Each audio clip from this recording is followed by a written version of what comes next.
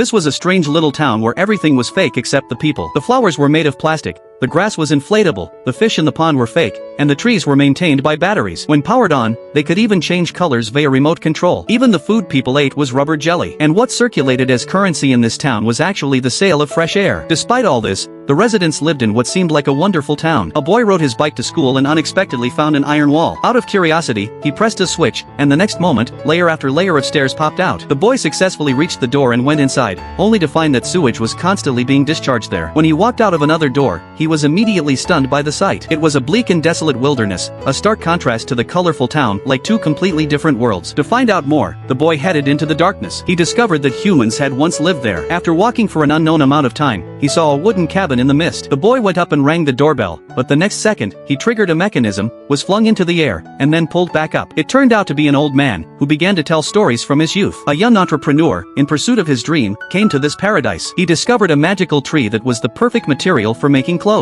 Later, the man wanted to cut down the tree, but he was stopped by the animals. Seeing this, the man took out snacks and won over the animals. Then he cut down a tree and quickly produced a new product. Confidently, the man started selling it. The money clouded his judgment, and he ignored the guardian's warnings and began cutting down trees in large numbers. But it didn't last long. When the last tree was cut down, the forest became barren. The man realized his guilt and locked himself in the wooden cabin. Subsequently, the man took out the last seed and entrusted it to the boy, who accepted the mission. But when the boy returned to town, the mayor tried to snatch the seed. After a struggle, the boy and his family finally managed to reclaim it. However, when they were about to plant the seed, they faced criticism from the residents. In despair, the boy had no choice but to push down the town wall. People were instantly shocked. The boy climbed onto the roof of a car, showed the seed to everyone, and said it was humanity's last chance. The mayor kept making excuses, but the people had already made up their minds. Finally, with everyone watching, the boy planted the seed and then poured some water on it. The man saw a glow, and tears welled up in his eyes. The sky finally turned blue again. Only by planting trees year after year could there be a forest of green trees.